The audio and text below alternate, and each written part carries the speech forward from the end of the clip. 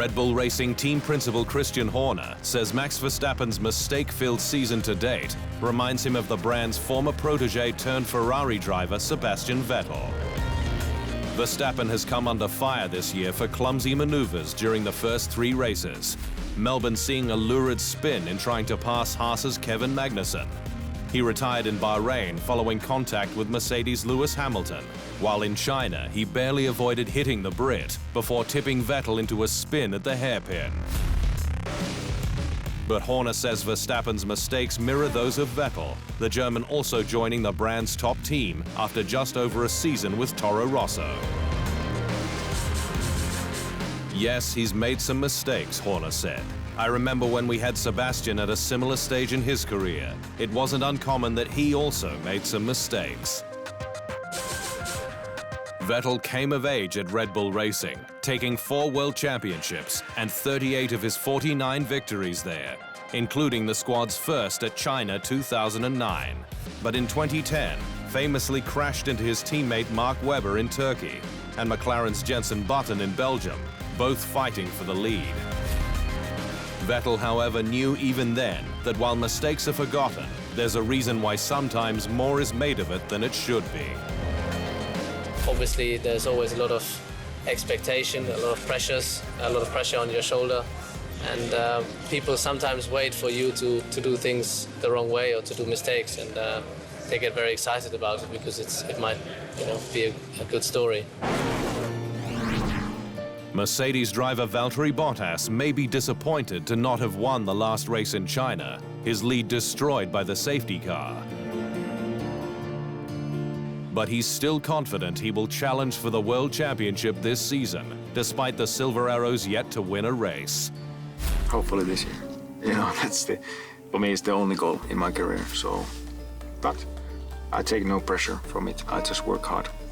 I enjoy what I do because always when I enjoy, that's when I drive the quickest.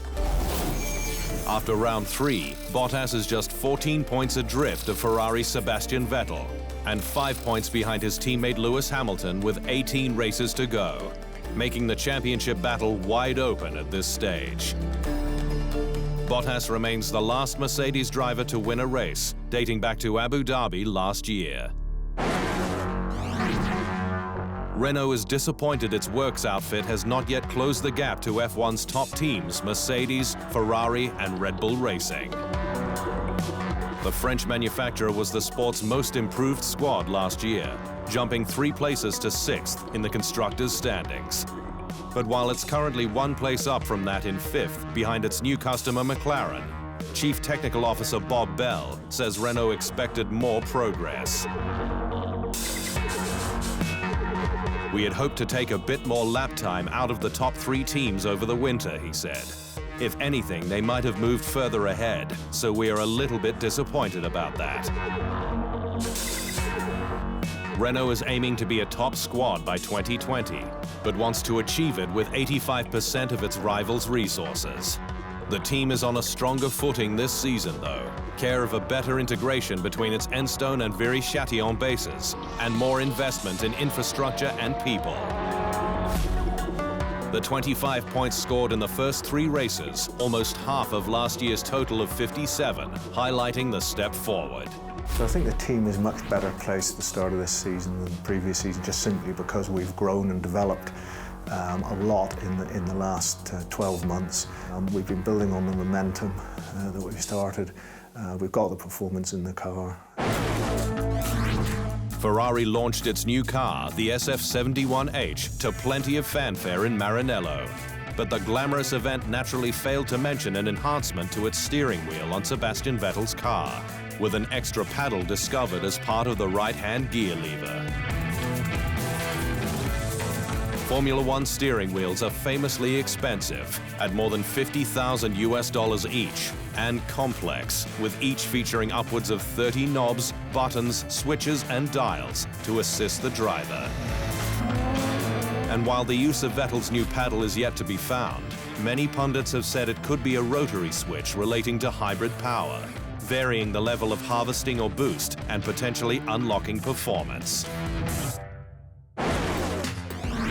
Haas team principal Günther Steiner has warned F1 owner Liberty Media against following the path rival series IndyCar has followed to Spec cars.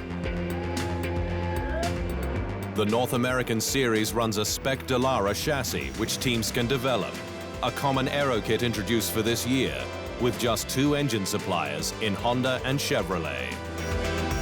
Steiner, however, says it's not right for F1.